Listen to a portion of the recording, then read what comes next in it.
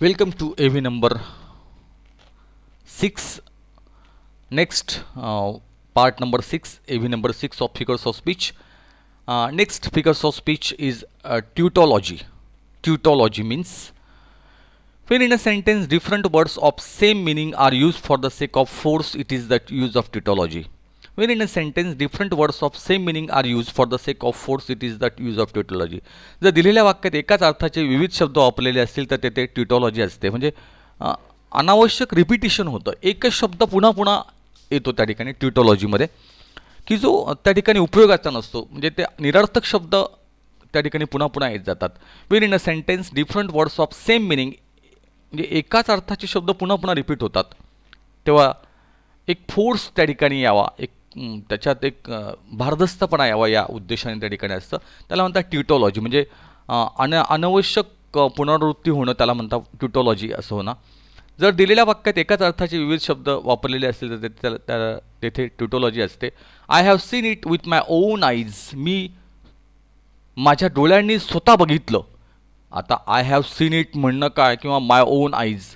बघा, I have seen it with my own eyes, मी माझ्या स्वतःच्या डोळ्यांनीच ते बघितलं. डोळ्यांनीच बघणार आहे ना तो, म्हणजे सीन म्हणजे बघणं, आणि माय ओन आईज हे पण बघणं आहे. I want to hear fairy tales and stories from me. मला त्या ठिकाणी त्याच्या परिकथा आणि कथा ऐकायच्या आहेत. परिकथा आणि कथा, फेरी टेल्स आणि स्टोरीज हे दोघे शब्द सारखेच आहेत. म्हणजे अनावश्यक त्या ठिकाणी हा शब्द आला, एकच वापरला तरी चालला असता. बऱ्याच वेळा आपण म्हणतो की round circle, this is the round circle. आता राऊंड सर्कल काय, सर्कल राऊंडच असतं ना. दिस इज राऊंड सर्कल, म्हणजे राऊंड काय आणि सर्कल काय सारखंच आहे. We have annual yearly exam. आमची ॲन्युअल इयरली एक्झाम चालू आहे. अरे ॲन्युअल इयरली म्हणजेच काय, ॲन्युअल एक्झाम. एक तर ॲन्युअल एक्झाम म्हणा, एक तर इयरली एक्झाम म्हणा. म्हणजे अनावश्यक त्या ठिकाणी शब्दांची ज्यावेळेला पुन्हा पुन्हा येतो तेव्हा त्याला ट्युटॉलॉजी असं म्हणतात. अजून आपण म्हणतो आजारी पेशंट आहे. बऱ्याच वेळेला हे तर खूप वेळेला आपण मराठीमध्ये बोलतो ना, मी ना आजारी पेशंटला पाहायला चाललो आहे. अरे आजारी पेशंटला पाहायला चाललो नाही राजा, आजारी म्हणजेच पेशंट. आजारी पेशंटला पाहायला चाललो आहे, पेशंटला पाहायला चाललो आहे, सिम्पल असं म्हटलं तरी चालेल. त्या ठिकाणी बघा, आपण इथे दिलेलं बघा, पाण्याची वॉटर बॅग. अरे पाण्याची वॉटर बॅग काय, वॉटर बॅग म्हणजेच पाण्याची बॅग. तो दमलेला थकलेला आहे, तो दमलेला थकलेला आहे सारखाच. दमलेला म्हटलं काय, थकलेला म्हटले काय, सारखाच आहे. In my opinion I think he is wrong. In my opinion I think he is wrong. माझ्या मते, मला असं वाटतं की तो चुकीचा आहे. मला असं वाटतं, माझ्या मते, दोघं सारखंच. I think, in my opinion सारखंच आहे. नेसेसरी रिक्वायरमेंट असं म्हणतो. नेसेसरी रिक्वायरमेंट म्हणजेच आवश्यक आहे. नेसेसरी म्हणजेच आवश्यक. म्हणजे डिटॉलॉजीमध्ये काय होतं माहिती आहे का, अनावश्यक शब्द पुन्हा पुन्हा ज्या वेळेला येतात तेव्हा त्या अलंकाराला म्हणतात ट्युटॉलॉजी. तर अशा पद्धतीने पुढचा अलंकार आपण बघूया. आयरोनी. आयरोनी जो आहे त्याला उपहास म्हणतो आपण. When in a sentence there is a contrast between what is said and what is meant, or between appearance and reality, it is the use of irony. जेव्हा वाक्यामध्ये त्या ठिकाणी कॉन्ट्रास्ट असतो, की काय बोलायचं आहे आणि काय त्याच्यात म्हणायचं आहे. म्हणजे लेकी बोले सुने लागे, अगदी उपहासात्मक बोलायचं. असं बोलायचं की ते बोलायचं वेगळं पण दाखवायचं वेगळं, करायचं वेगळं. बिटवीन ॲपिरन्स अँड रिॲलिटी, म्हणजे वास्तव वेगळं असतं आणि दिसतं वेगळं, त्याला म्हणतं आयरोनी. जर दिलेल्या वाक्यात व्यंग्य दर्शवण्यासाठी किंवा उपहास करण्यासाठी परस्पर विरोधी विचार किंवा घटना एकत्र मांडलेल्या असतील तर तेथे आयरोनी असते. म्हणजे एक उपहास, उपरोध ज्याला म्हणतो आपण, तो त्याला म्हणता आयरोनी. आयरॉनिकल स्टेटमेंट असतात ना आपल्याकडे. उदाहरणार्थ त्या ठिकाणी त्यांनी दिलेलं एक्झाम्पल आहे, the Titanic was set to be unsinkable but sank on its first voyage. बघा, टायटॅनिकला असं म्हटलं होतं की ते अनसिंकेबल आहे, ते न बुडणारं जहाज आहे, पण दुर्दैवानं ते बुडालं. But sank on its first व्हॉयज, पण पहिल्याच प्रवासात ते बुडालं. जे उपहास आहे. बऱ्याच वेळेला in irony there is a contradiction of expectation between what is said and what is really meant. म्हणजे कॉन्ट्रडिक्शन असतं, म्हणजे काय सांगायचं आहे आणि काय वास्तव आहे. It convey a meaning that is opposite of what is actually said. म्हणजे जे सांगितलेलं आहे त्याच्या अपोजिट बोलायचं. बऱ्याच वेळा असं होतं बघा, after looking at a students poor test score the teacher says. मुलांच्या त्या चाचणीचा स्कोर आला, मार्क आले मुलांचे, घटक चाचणीचे मार्क कळले आणि शिक्षक काय म्हणाले मुलांना, you will surely finish the year with highest honours. तुम्ही हे वर्ष अगदी चांगल्या मार्काने उत्तीर्ण होणार आहात असं वाटतं मला. म्हणजे अगदी उपहासाने त्यांनी म्हटलं बरं का हे, की तुम्ही हे वर्ष ते ते सगळ्यांचा स्कोर एकदम कमी आला होता, पण ते उपहासाने ते काय म्हणाले, you will finish this year with highest honour. खूप चांगला सन्मान तुम्हाला मिळणार आहे बरं का. म्हणजे उपहासात्मक आयरॉनिकल स्टेटमेंट आहे बऱ्याच वेळेला. एका घरामध्ये असं होतं, a man taste his wife delicious home cook meal and exclaim. एका माणसाने आपल्या पत्नीचं घरातलं बनवलेलं जेवण टेस्ट केलं आणि तो काय म्हणाला माहिती आहे का, I shall never eat such food before. I have never eat such food before. मी अशा प्रकारचं जेवण कधीही जेवलोच नव्हतो. इतकं छान जेवण होतं ते जेवण, ते त्याला आवडलं नव्हतं, पण उपहासाने तो तिला म्हणाला की अशा प्रकारचं जेवण मी कधीच खाऊ शकलो नव्हतो. म्हणजे एक उपहासात्मक पद्धतीने हे वाक्य आलेलं आहे. त्यानंतर the defence lawyer fail to acquit his son in a case. जो लॉयर आहे ना, the defence lawyer fail to acquit his son in a case. त्या ठिकाणी जो मूळ वकील आहे ज्याने त्या ठिकाणी केस सोडवली पाहिजे, तो आपल्या मुलालाच त्या ठिकाणी वाचवू शकत नाही आहे. तर अशा पद्धतीने अजून एक उदाहरण आहे, विजडम शाल डाय विथ यू. त्या ठिकाणी विद्वत्ता ही तुझ्यामुळे त्या ठिकाणी मिली रे असं म्हटलं जातं. He is thief but an honest man. तो चोर आहे पण एकदम प्रामाणिक माणूस आहे. आता चोर कधी प्रामाणिक असेल का? तर आयरॉनिकल स्टेटमेंट आहे, ते उपहासात्मक आहे. माझ्यासारख्या 35% पास होणारा विद्वान इथे असताना काय काळजी करता तुम्ही? माझ्यासारख्या 35% पास होणाऱ्या विद्वान येथे असताना काय काळजी करता? ते सुद्धा आयरॉनिकल स्टेटमेंट आहे. तर या पद्धतीने ट्युटॉलॉजी, आयरोनी. आता पण आपण बघूया, पण काय असतं. पण याला म्हणतात शाब्दिक कोटीकरण, त्याला म्हणतात पण. आता पणमध्ये काय येतं, Wien in a sentence a word is use with to meanings than there is use of पण. म्हणजे एकाच शब्दातून दोन अर्थ अभिप्रेत होतात. शाब्दिक कोटी, एकाच शब्दाचा असा वापर करायचा की त्या ठिकाणी एक हसू आलं पाहिजे. जर दिलेल्या वाक्यात एखाद्या शब्दातून दोन अर्थ निघत असतील तर तेथे पण असते. पण म्हणजे शाब्दिक कोटी. His knowledge of sound is not sound. His knowledge of sound is not sound. त्याचं साऊंडचं ज्ञान एवढं काही साऊंड नाही. म्हणजे एकाच शब्दातून त्या ठिकाणी कोटी झालेली आहे.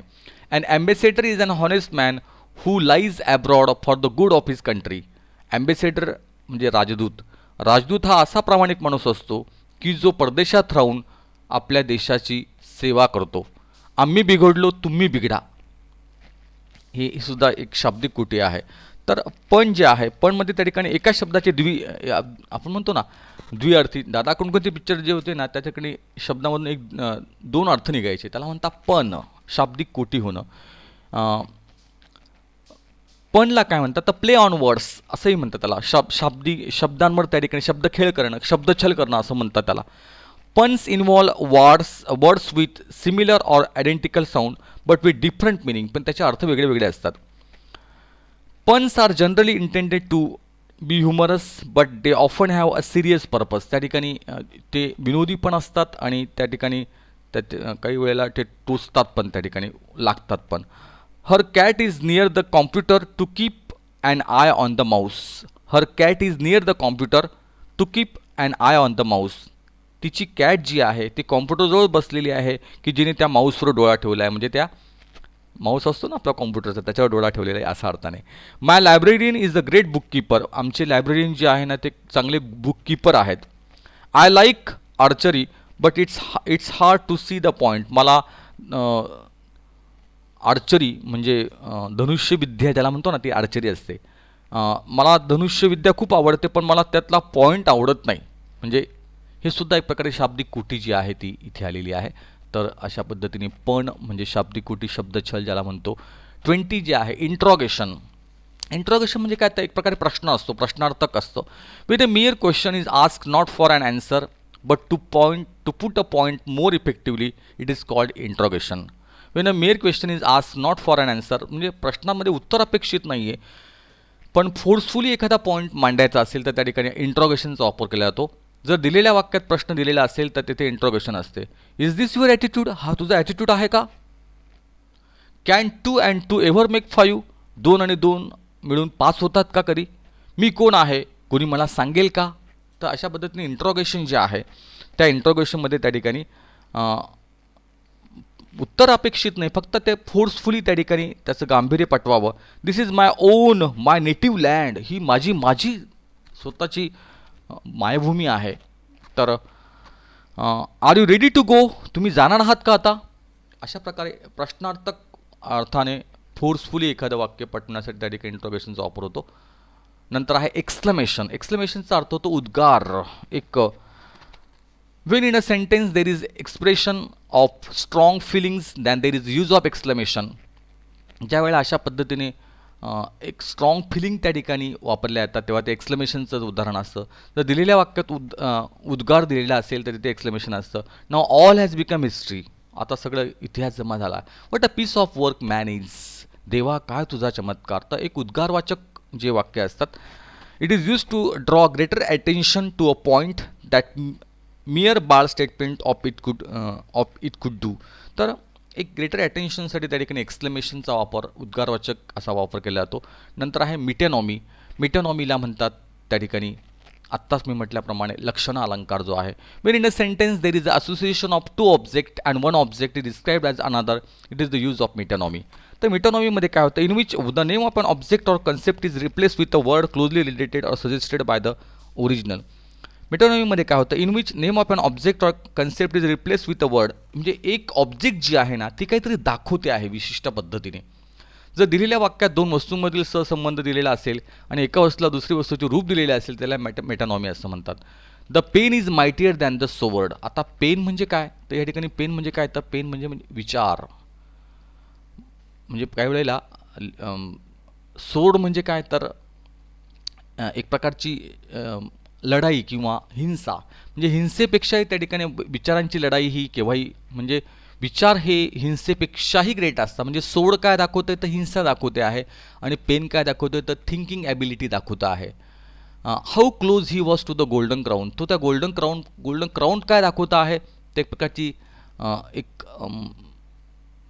सन्मान दाखवतो आहे क्राऊन. तर अशा मेटानॉमीमध्ये तुम्ही जर म्हटलं आय लाईक एस्टरडेज डिश, मला कालची डिश खूप आवडली बरं का. आता कालची डिश आवडली म्हणजे काय, तर डिश काय दाखवतं माहिती आहे का, डिश म्हणजे काय तर फूड आयटम्स.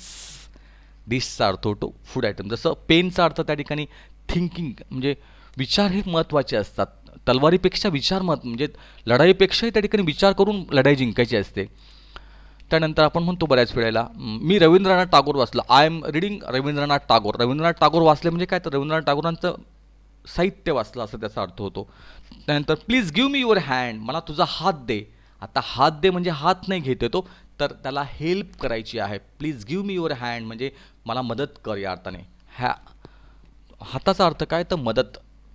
तर अशा पद्धतीने एक लक्षण अलंकार त्या वस्तूने काहीतरी दाखवलेलं असतं त्याला म्हणतात मिटॅनॉमी. तर अशा पद्धतीने मिटॅनॉमी जी आहे ती इथे आलेली आहे. नंतर आहे ऑक्सिमोरॉन. ऑक्सिमोरॉन when in a sentence two words of opposite meaning of same person or thing are placed side by side then there is use of oxymoron. आता इथे पुन्हा एकदा आपण म्हणणार की अँटिथेसिस, पॅराडॉक्स आणि ऑक्सिमोरॉन हे तिघही एकाच अंगाने आलेले आहेत. जेव्हा एखाद्या वाक्यात दोन शब्द, जर एखाद्या वाक्यात एकाच व्यक्ती किंवा वस्तूविषयी दोन विरुद्ध अर्थाचे शब्द दिलेले असतील तेव्हा ते ऑक्सिमोरॉन असते. It is an open secret. बघा ओपन सिक्रेट जे आहे, शी इज ऑफुली प्रिटी. आता ऑफुली आणि pretty. She was found missing, she was found missing. आता फाउंड आणि मिसिंग जसा पॅराडॉक्स आहे तसा ऑक्सिमोरॉन आहे. तो स्पष्टपणे गोंधळलेला होता. तर दोन अपोजिट गोष्टी म्हणजे गोंधळ करू नका, म्हणजे हा अलंकार तसा फार ठिकाणी नाही आहे, पण पॅराडॉक्स आणि अँटिथेसिस मात्र लक्षात ठेवा. अशा पद्धतीने 23 अलंकार्स आपण संपूर्ण याच्यामध्ये बघितलेले आहेत. ते नीट अभ्यास करा आणि तुमच्या काय अडचणी असतील तर ते आपण सॉल्व करूया. तर तोपर्यंत नमस्कार, थँक्यू.